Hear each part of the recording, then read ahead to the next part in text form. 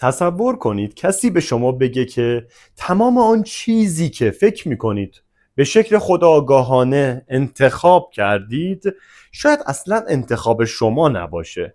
عشق شما، ترس شما، خشم شما، رویاهای شما، حتی بعضی از تصمیم‌هایی که تصور میکنید کاملا منطقی گرفته اید. ممکن است از جایی در اعماق ذهن شما آمده باشد که خودتان هم حتی از آن قسمت خبری ندارید. جایی تاریک، پنهان و از امیال سرکوب شده. نام این مرد کیست؟ زیگموند فروید، مردی که گفت انسان آنقدر که تصور میکند ارباب ذهن خودش نیست. اما اینجا یک سوال خطرناک مطرح می شود. اگر فروید درست می گفت، پس چقدر از چیزی که خود واقعی ما می نامیم واقعا تحت کنترل ماست؟ و اگر فروید اشتباه می کرد، آیا ممکن است یکی از تأثیرگذارترین نظریه های قرن 20 بر پایه‌ای ساخته شده باشد که هیچ وقت واقعا ثابت نشده است؟ امروز در دادگاه اندیشه ها پرونده مردی رو باز میکنیم که نه فقط روانشناس، بلکه در ادبیات، سینما، هنر، فلسفه، فرهنگ و حتی نگاه ما به خودمان تغییرات بزرگی ایجاد کرد. زیگموند فروید.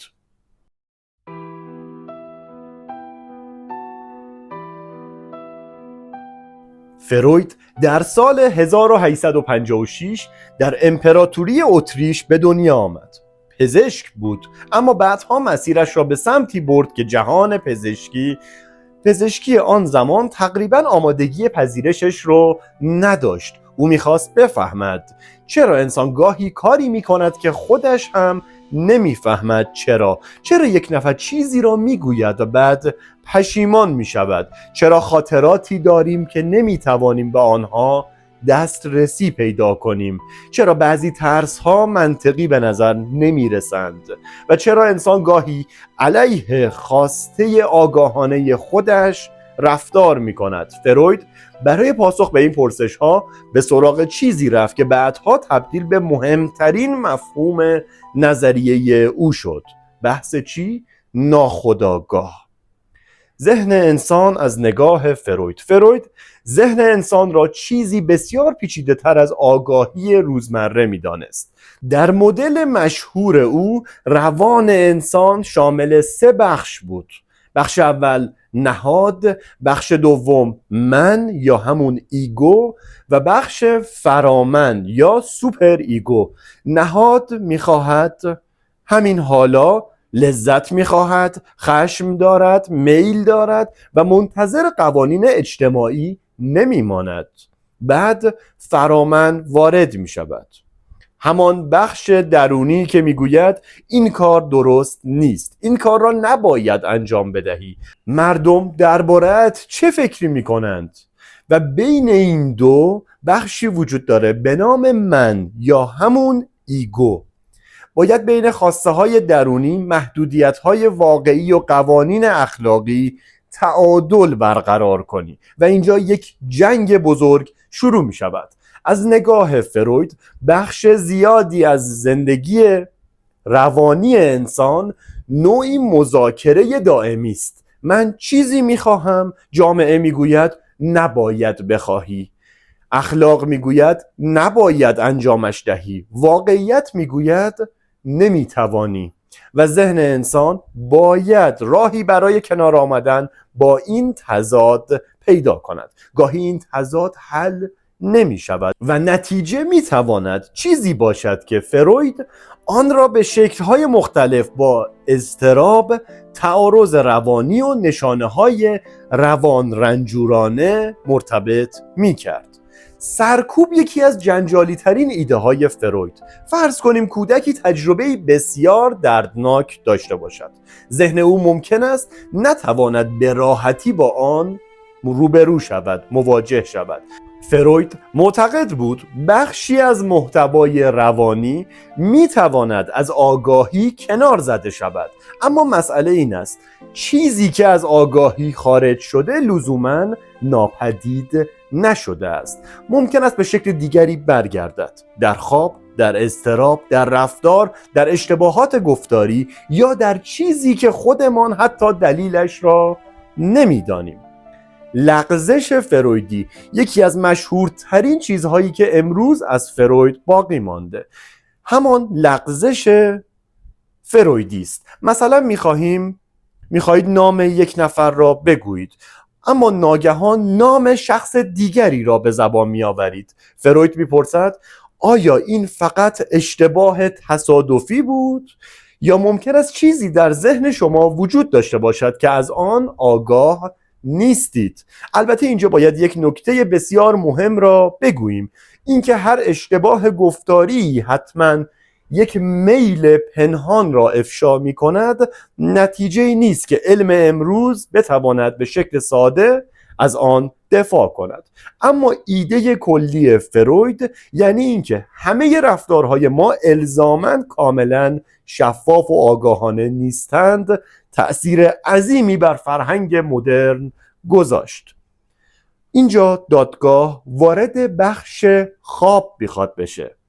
حالا میرسیم به یکی از مشهورترین آثار فروید، یعنی کتاب تعبیر خواب. فروید خواب را صرفاً یک تصویر تصادفی نمیدانست. او معتقد بود خواب میتواند راهی برای بیان امیال و تعارضهای ناخودآگاه باشد. به زبان دیگر، ذهن چیزی را میخواهد اما آگاهی نمیتواند آن را مستقیم بپذیرد. پس میل در خواب تغییر شکل میدهد و چیزی که میبینیم ممکن است شکل تغییر یافته چیزی عمیق‌تر باشد. اما اینجا اولین شاهد وارد دادگاه میشود. او کسی نیست جز کارل پوپر بزرگ در جایگاه حاضر شده. پوپر یکی از مشهورترین فیلسوفان علم قرن 20 بود و نقد او به فروید بسیار خطرناک بود. پوپر پرسید چگونه میتوانیم نظریه فروید را آزمایش کنیم؟ فرض کنید یک نفر رفتاری انجام میدهد. فروید میتواند بگوید این رفتار ناشی از یک میل ناخودآگاه است. اگر فرد قبول کند نظریه تایید شده، اگر فرد رد کند فروید میتواند بگوید اتفاقا همین انکار نشان میدهد میل سرکوب شده آن شخص است. پس سوال پوپر این است: اگر هر نتیجه ای را بتوان با نظریه توضیح داد، چه چیزی میتواند نظریه را رد کند؟ مسئله ابطال پذیری. اینجا پوپر به مفهوم معروف خودش میرسد. ابطال پذیری از نظر پوپر یک نظریه علمی باید طوری باشد که بتوان تصور کرد چه مشاهده یا آزمایشی ممکن است آن را غلط نشان دهد. مثلا تمام قوها سفید هستند. این یک ادعای قابل آزمون است، چون اگر یک قوی سیاه پیدا کنیم دیگه ادعا با مشکل مواجه می شود. اما اگر بگوییم هر رفتاری که انسان انجام می دهد در نهایت می تواند با یک میل ناخودآگاه توضیح داده شود، سوال این است: چه چیزی می تواند این ادعا را رد کند؟ اتهام پوپر. پس پوپر می گوید مشکل روانکاوی فقط این نیست که بعضی نظریات فروید اشتباهند. مشکل عمیق‌تر از این حرف است. برخی صورتبندی های روانکاوی به شکلی ساخته شده‌اند که به سختی میتوان آنها را در معرض آزمون قاطع قرار داد. به همین دلیل پوپر روانکاوی را نمونه مشهور از نظریه‌ای می‌دانست که معیارهای علم تجربی را به خوبی برآورده نمی‌کند. اما دادگاه هنوز هم حکم نمی‌دهد، چون یک شاهد بسیار مهم دیگر وجود دارد و اتفاقاً او می‌گوید خود پوپر درباره فروید بیش از حد ساده سازی کرده است. نام او کیست؟ آدولف گرونبام فیلسوف علم و منتقد جدی فروید استدلال میکرد که نقد پوپر همه ماجرا را توضیح نمیدهد و برخی از ادعاهای فروید را میتوان از نظر تجربی و منطقی بررسی کرد.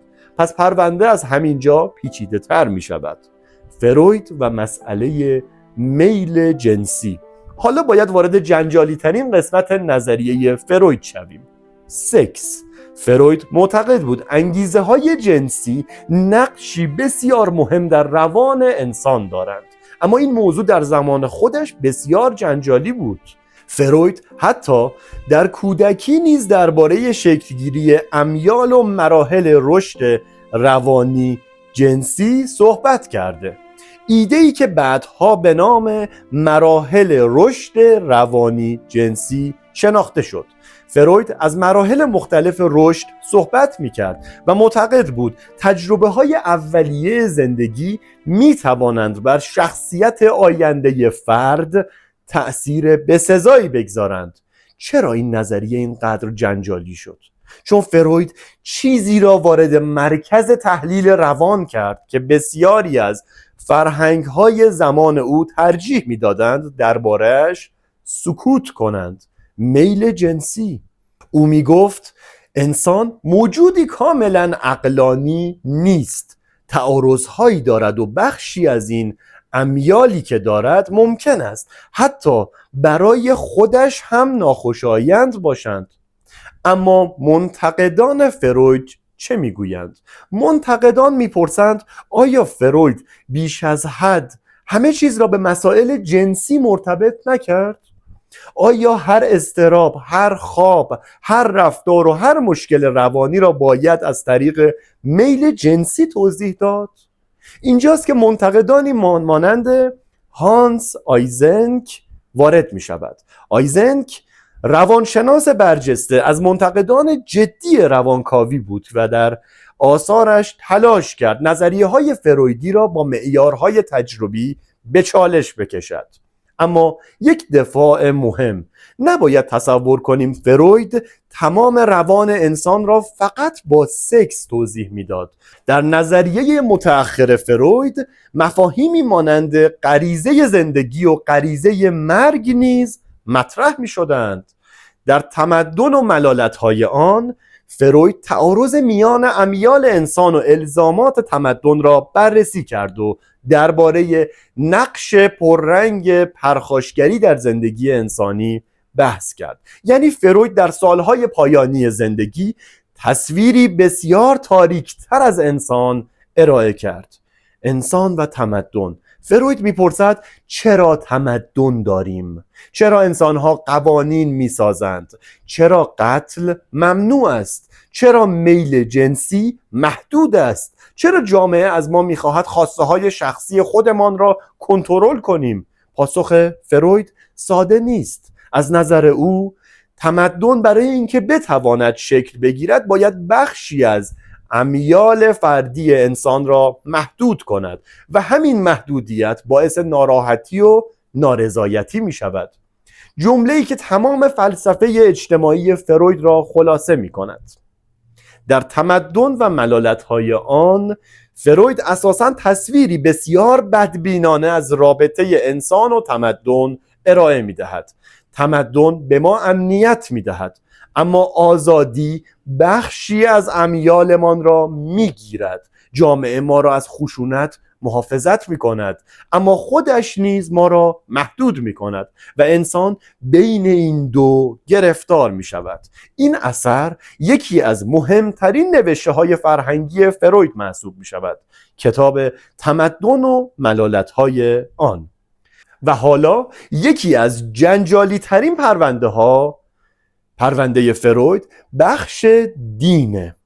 اگر فکر میکنید تا اینجا فروید بسیار جنجالی بوده، حالا به خطرناک ترین بخش اندیشه او میرسیم.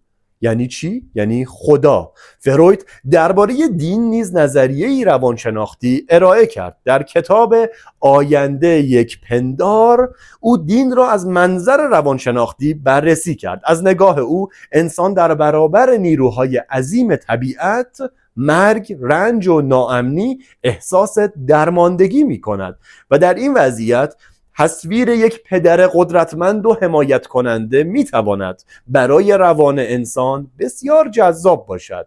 فروید دین را نوعی پاسخ روانی به نیازها و ترسهای انسان میدانست.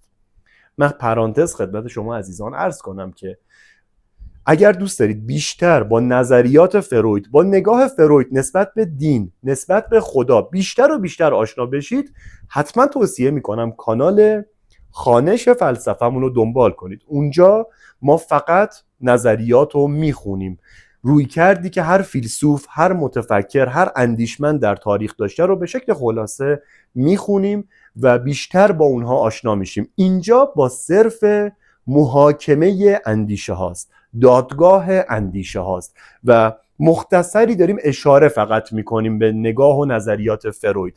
اصل موضوع نقدهایی که به اندیشه های فروید شده اینجا قراره بررسی بشه. اینجا دادگاه اندیشه هاست. حتما توصیه میکنم اون کانال رو هم دنبال کنید. من سعی میکنم با اون کانال هم حتما پایین همین ویدیو یه کامنتی بگذارم و پینش بکنم که بتونید اون کانال رو هم به راحتی پیداش کنید. مرسی که همراه ما هستید. بریم ادامه دادگاهمون. آیا فروید ثابت کرد خدا وجود ندارد؟ نه.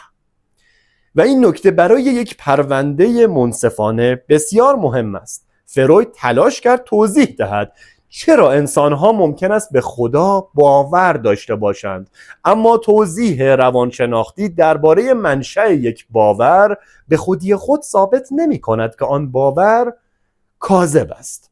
مثلا اگر بتوانیم توضیح دهیم چرا انسانها به عدالت باور دارند، این به تنهایی ثابت نمی کند که عدالت وجود ندارد. بنابراین توضیح منشأ یک باور با رد حقیقت آن باور یکی نیست و این یکی از مهمترین نقدهای فلسفی ممکن به پروژه فروید درباره دین است. اکنون تصویری که داریم بسیار پیچیده تر شده است. فروید میگوید انسان کاملا شفاف و عقلانی نیست. بخش بزرگی از زندگی روانی ما ممکن است از آگاهیمان خارج باشد. میل و تعارض نقش مهمی در شخصیت هر انسانی دارند. تمدن بخشی از خواسته های ما را محدود می کند و دین نیز می توان از منظر نیازها و ترسهای روانی بررسی شود. اما منتقدان میپرسند آیا این نظریات واقعاً علمی اند؟ آیا می توان آنها را آزمایش کرد؟ آیا فروید بیش از حد به تفسیرهای خودش وابسته نبود؟ آیا او انسان را بیش از اندازه جنسی و پرخاشگر نمیدید؟ و مهمتر از همه، آیا فروید واقعا ذهن انسان را کشف کرد یا فقط داستانی بسیار قدرتمند درباره ذهن انسان ساخت؟ اما این تازه آغاز پرونده است. توی بخش بعد پرونده وارد تاریک ترین نقطه خود می شود. کارل پوپر باز می گردد. آدولف گرونبام نظریه فروید را از زاویه دیگر زیر سوال می برد. هانس آیزنک به سراغ شواهد تجربی می رود و بعد می رسیم به یکی از دردناک ترین پرسش ها. اگر روانکاوی واقعاً علمی نبود، چرا این همه انسان احساس کردند فروید آنها را فهمیده است؟ و آیا ممکن است یک نظریه از نظر علمی ضعیف باشد اما از نظر فرهنگی و فلسفی همچنان انقلابی باشد؟ پرونده فروید تازه وارد مرحله اصلی محاکمه خودش شده. در بخش قبلی با مردی آشنا شدیم که ادعا کرد انسان ارباب کامل ذهن خودش نیست. فروید گفت پشت آگاهی ما یک جهان پنهان وجود دارد. میل هایی که سرکوب کرده ایم، ترس هایی که فراموش کرده ایم، یک جهان پنهان که در پس ذهن همه ماها وجود دارد. خاطراتی که شاید دیگر به آنها دسترسی نداشته باشیم و تعارض‌هایی که ممکن است بدون اینکه بدانیم رفتار ما را هدایت کنند. اما حالا فروید باید در جایگاه متهم بنشیند، چون یک سوال اساسی وجود دارد: اگر یک نظریه بتواند تقریبا هر رفتار انسانی را توضیح دهد، آیا واقعا این نظریه علمی است؟ اگر خواب ببینیم، فروید میتواند برای آن معنایی پیدا کند. اگر خواب نبینیم، باز هم میتوان توضیح روانکاوانه ارائه کرد. اگر با تحلیلگر موافق باشیم، نظریه تایید می شود. اگر مخالف باشیم، شاید بگویند مقاومت روانی داریم. پس آیا اصلا راهی هم وجود دارد که فروید را اشتباه نشان دهیم؟ و اینجا یکی از مهمترین منتقدان وارد دادگاه می شود: کارل پوپر. نام او در بخش قبل برای شما عزیزان نامشو گفتم. فیلسوف علم. پوپر معتقد بود فرق مهمی میان یک نظریه علمی و یک نظریه غیر علمی وجود دارد. نظریه علمی باید بتواند خودش را در معرض خطر قرار دهد، یعنی باید بتوانیم بگوییم اگر فلان اتفاق بیفتد نظریه من اشتباه است. اما مشکل روانکاوی از نگاه پوپر این بود که بسیاری از رفتارهای انسان را میتوان با نظریه‌های روانکاوانه تفسیر کرد و این مسئله کمی خطرناک است، چون اگر هر اتفاقی بتواند به نفع نظریه تفسیر شود، نظریه تقریبا هیچ وقت شکست نمیخورد. مثال ساده، فرض کنیم یک سیاستمدار با قدرت زیاد تصمیمی میگیرد. ما میپرسیم چرا این کار را کرد؟ یک نظریه ممکن است بگوید چون میخواست قدرت بیشتری داشته باشد. اما اگر او تصمیم دیگری بگیرد، میتوانیم بگوییم چون از دست دادن قدرت میترسید. تقریبا هر نتیجه ای را میتوان با یک توضیح روانشناختی پوشش داد. پوپر میپرسد پس چه اتفاقی باید بیفتد تا بگوییم این نظریه اشتباه است؟ اگر پاسخ روشنی وجود نداشته باشد، مشکل علمی بزرگی به وجود می آید. اما دادگاه یک نکته مهم را ثبت می کند. اینجا نباید بیش از حد ساده سازی کنیم. نقد پوپر به فروید مشهور است، اما فیلسوفان علم بعدی نشان دادند که مسئله فروید بسیار پیچیده تر از این حرف است. آدولف گرونبام، یکی از مهمترین منتقدان فلسفی روانکاوی، معتقد بود ایراد اصلی روانکاوی فقط این نیست که ابطال پذیر نیست. گرونبام تلاش کرد خود ادعاهای فروید درباره علت مشکلات روانی را بررسی کند و پرسید آیا شواهدی که فروید برای رابطه میان تعارض‌های ناخودآگاه و علائم روانی ارائه می‌کرد واقعاً برای نتیجه‌ای که می‌گرفت کافی بود؟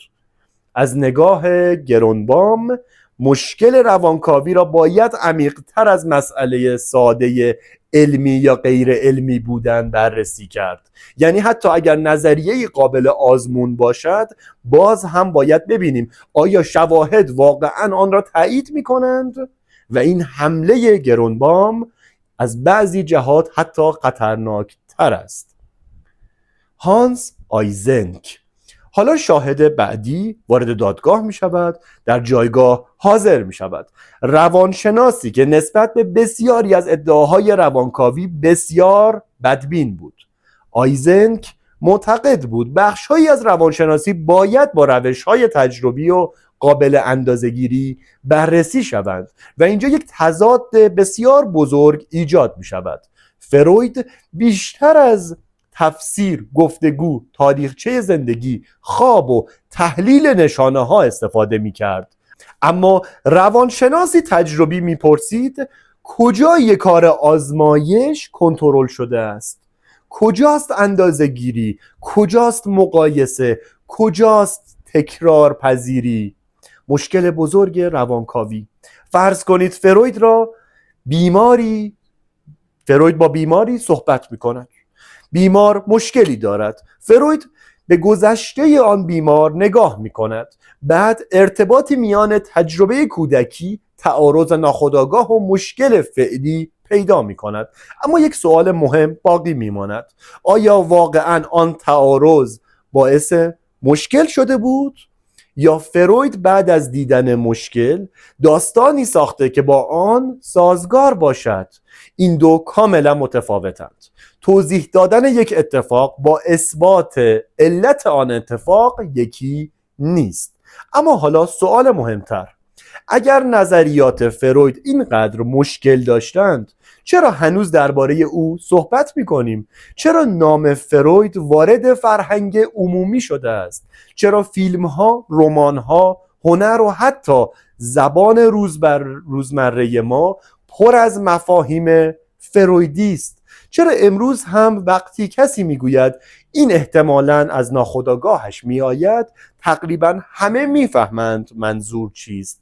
اینجا دفاع فروید شروع می شود. فروید سوالهای جدیدی مطرح کرد. حتی منتقدان فروید هم نمی توانند به سادگی این واقعیت را نادیده بگیرند. او سوالهای بسیار مهمی مطرح کرد.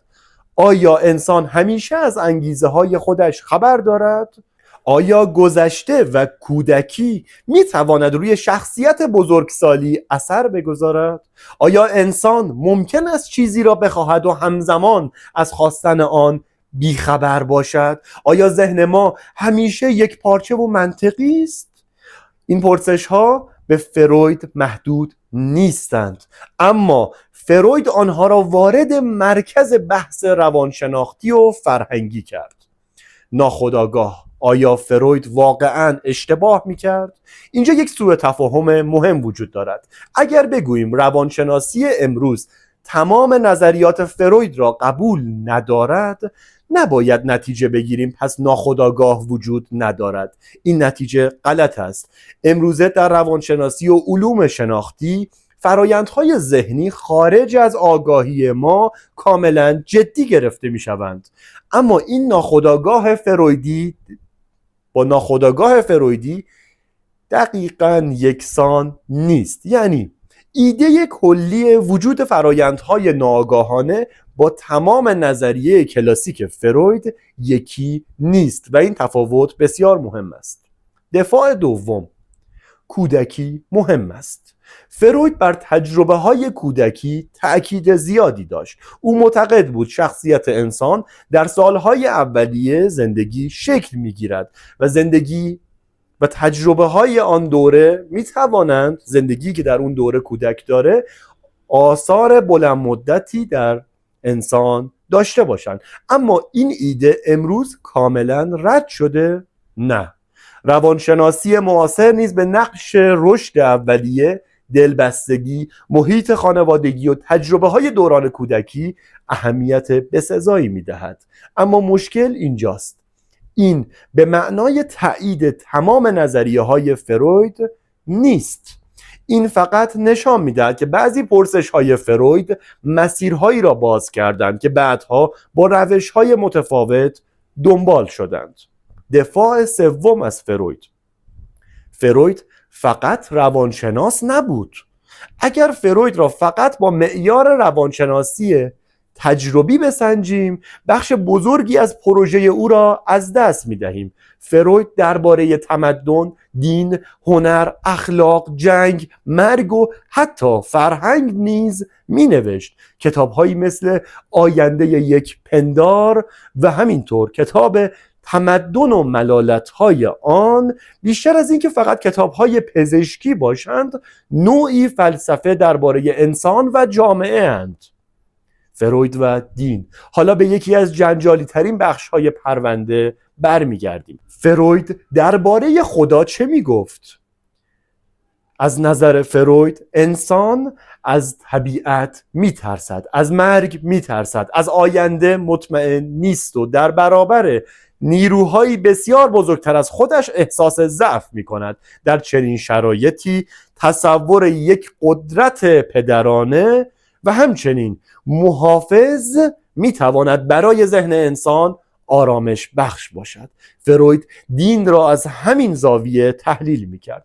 اما اینجا یک ایراد فلسفی جدی وجود دارد. فرض کنیم فروید درست میگفت. فرض کنیم انسان به دلیل ترس از مرگ به خدا باور پیدا میکند. آیا این نشان میدهد خدا وجود ندارد؟ نه. چرا؟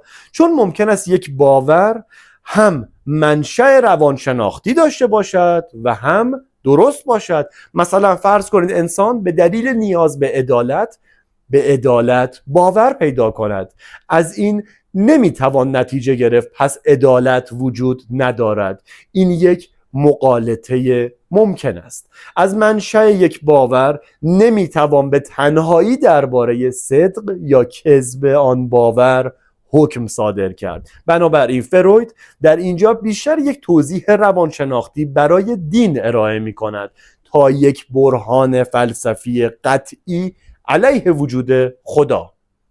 پرونده فروید و اودیپ. حالا میرسیم به یکی از معروفترین و جنجالی ترین مفاهیم فرویدی، عقده اودیپ. فروید از داستان اودیپ در اسطوره یونانی استفاده کرد تا نوعی تعارض روانی در کودکی را توضیح دهد، اما این نظریه بعدها با انتقادهای شدیدی روبرو شد.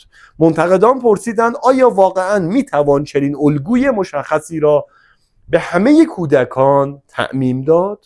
آیا شواهد تجربی کافی برای آن وجود دارد؟ و آیا فروید در تفسیر تجربه های کودکان بیش از حد تحت تأثیر نظریه خودش نبود؟ اینجا مشکل بزرگ روش فروید ظاهر می شود. اگر شما از ابتدا باور داشته باشید که در پشت رفتار کودکان یک تعارض خاصی وجود دارد، ممکن است هر رفتار کودک را از همان زاویه ببینید. اگر کودک به مادرش علاقه نشان دهد، یک تفسیر ممکن است ارائه شود. اگر از مادر فاصله بگیرد، تفسیر دیگری. اگر به پدر وابسته باشد، باز هم تفسیر دیگری. سوال دادگاه این است: آیا نظریه دارد واقعیت را توضیح می دهد یا واقعیت را طوری تفسیر می کند که با نظریه جور در بیاید؟ این پرسش یکی از مشکلات اساسی بسیاری از نظریه های تفسیری است. فروید در برابر یونگ اما یکی از جذابترین و جنجالی ترین منتقدان فروید کسی بود که زمانی بسیار به فروید نزدیک بود: کارل گوستاو یونگ. یونگ ابتدا از چهره‌های مهم جنبش روانکاوی بود، اما بعدها از فروید فاصله گرفت. یکی از اختلاف‌های اصلی آنها بر سر نقش میل جنسی و ساختار روان انسان بود. فروید اهمیت بسیار زیادی برای انرژی جنسی قائل بود. یونگ نگاه متفاوتی داشت. او از مفاهیمی مانند ناخودآگاه جمعی و همچنین کهن الگوها سخن گفت. یونگ معتقد بود روان انسان فقط میدان سرکوب امیال شخصی نیست، بلکه لایه‌های عمیق‌تر به شکل فرهنگی و نمادین نیز دارد. دو نابغه، دو تصویر متفاوت از انسان. فروید میگوید بخشی از روان ما گرفتار میل، تعارض و سرکوب است، اما یونگ میگوید انسان فقط موجودی گرفتار میل نیست، او موجودی معناجو و نمادساز نیز هست. این اختلاف هنوز هم بسیار جذاب است. آیا انسان بیشتر موجودی است که میخواهد یا موجودی که میخواهد معنا پیدا کند؟ یک نقد دیگر: فروید بیش از حد بدبین بود.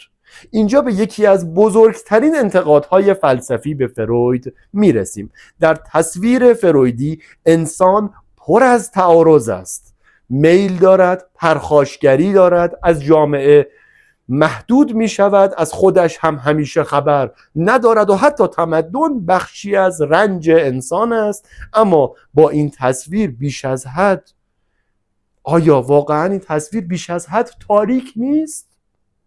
آیا انسان فقط مجموعه‌ای از غرایز و تعارض هاست؟ آیا عشق، دوستی، همکاری، فداکاری، خلاقیت و میل به حقیقت، همه اینها رو میتوان فقط با سرکوب و تعارض توضیح داد؟ اینجا یک نقد فلسفی مهم شکل میگیرد. اگر انسان را فقط موجودی ببینیم که تحت فشار امیال ناخودآگاه است، ممکن است مسئولیت اخلاقی انسان کمرنگ شود. اگر من بگویم من این کار را نکردم، ناخودآگاه هم باعث شد، پس مسئولیت من کجاست؟ فروید البته انسان را کاملا بی مسئولیت نمی داند، اما نظریه او پرسش مهمی ایجاد می کند.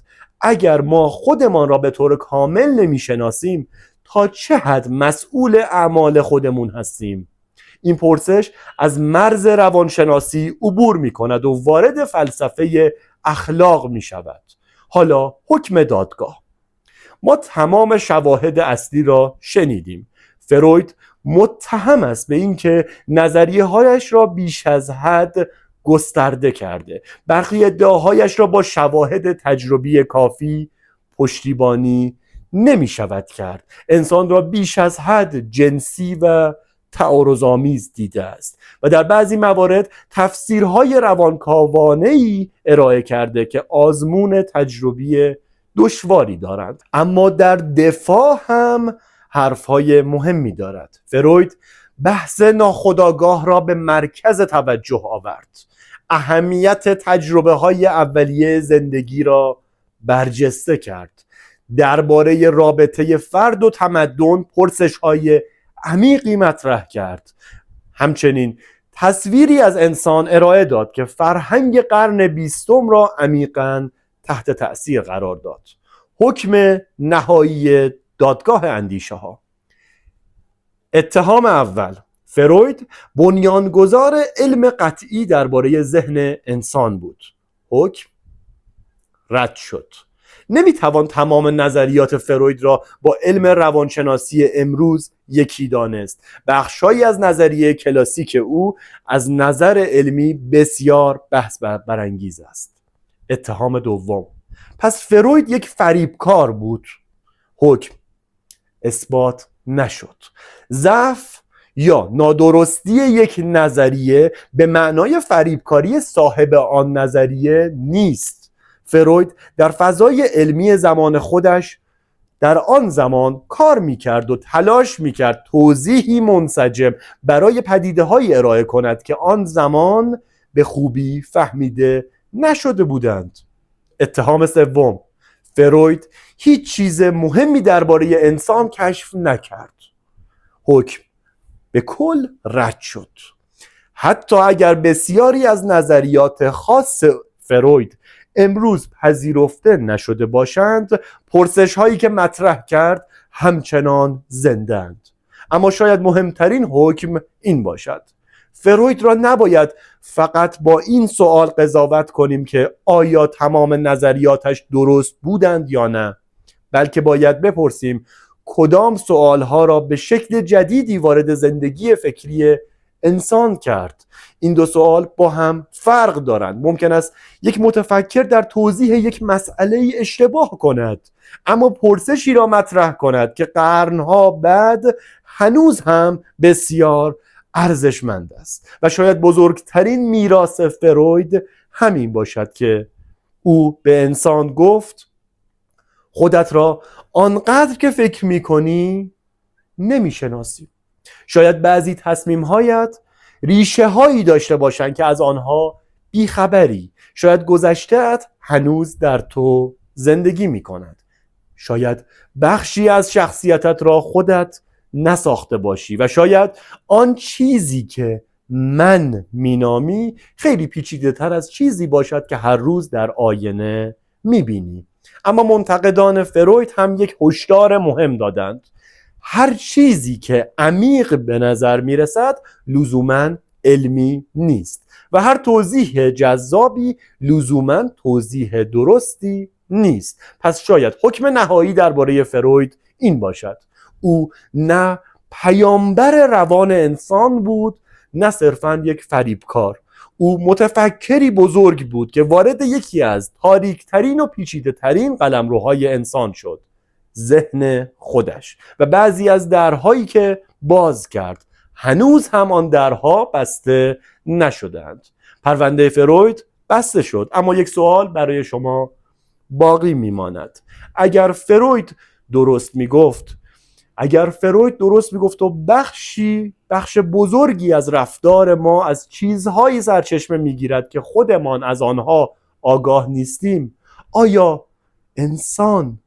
هر کدوم ما واقعا آزادیم یا نه؟ آیا انتخاب‌های ما واقعا انتخاب‌های خود ما هستند یا فقط نتیجه نیروهایی هستند که پشت پرده ذهنمان فعالیت میکنند؟